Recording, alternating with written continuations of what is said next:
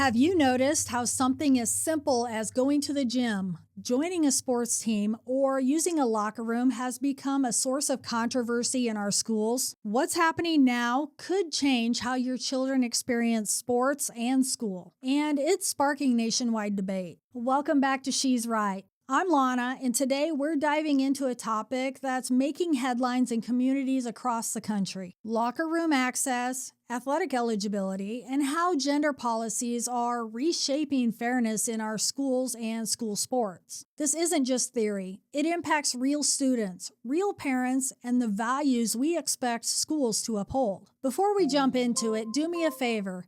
Hit that like button if you care about your kids' safety and fairness, and subscribe so you don't miss any future updates. Okay, let's start with locker rooms.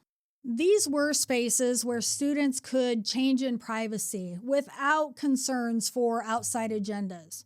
But today, many schools are implementing policies allowing students to access locker rooms based on gender identity rather than biological sex.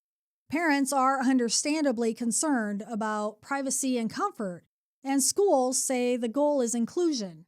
While respecting students' identity is very important, we also have to balance that with safety and comfort for all students. For teenage girls, walking into a locker room and changing clothing under policies that allow students assigned male at birth to use the same space can feel uncomfortable.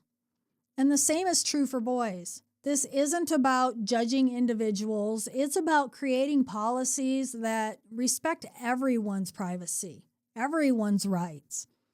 If you face this in your school, comment down below. I'm really curious how far this has gone.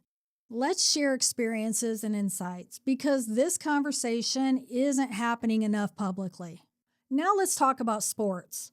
Schools are allowing students to compete on teams based on gender identity rather than biological sex. This can affect fair competition because students assigned male at birth may have advantages in strength, speed, and endurance due to puberty-related differences. Now, this isn't an attack on any student. It's a reality of biology. Fair competition in school sports is about giving all students a level playing field. When policies don't account for these differences, girls' teams may be at a disadvantage, and boys may feel pressure to identify in certain ways in order to compete. Parents and coaches are noticing these challenges. Girls who have trained for years can lose opportunities for recognition or scholarships.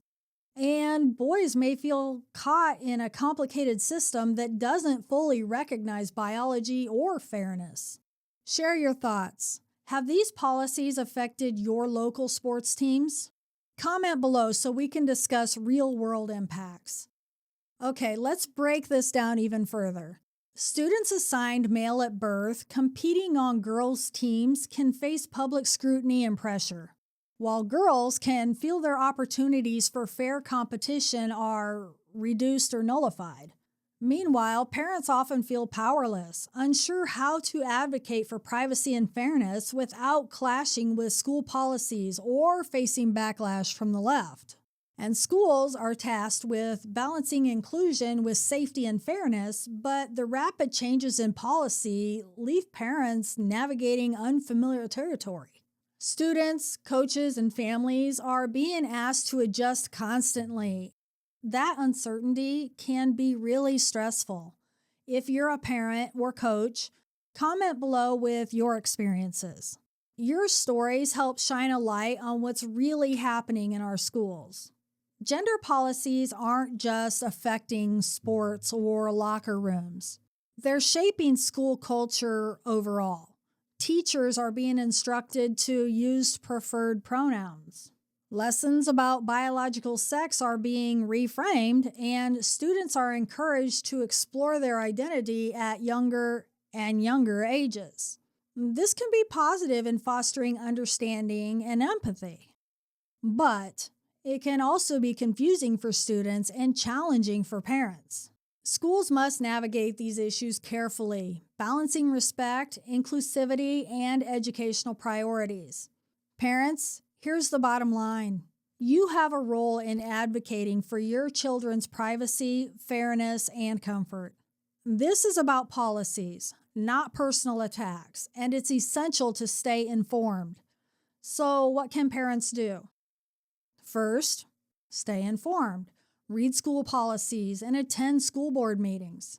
Second, listen to your children and acknowledge their concerns about safety or fairness. Third, connect with other parents. United voices carry a lot more weight than you think.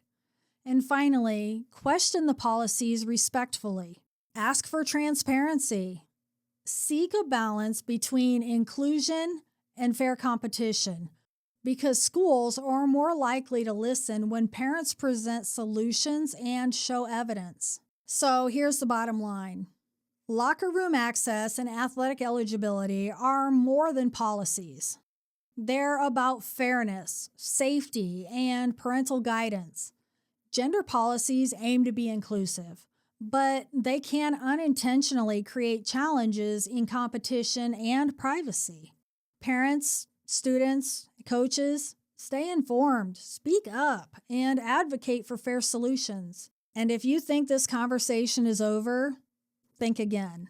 The next policy shift is already on the horizon, and it will continue to affect schools across the country.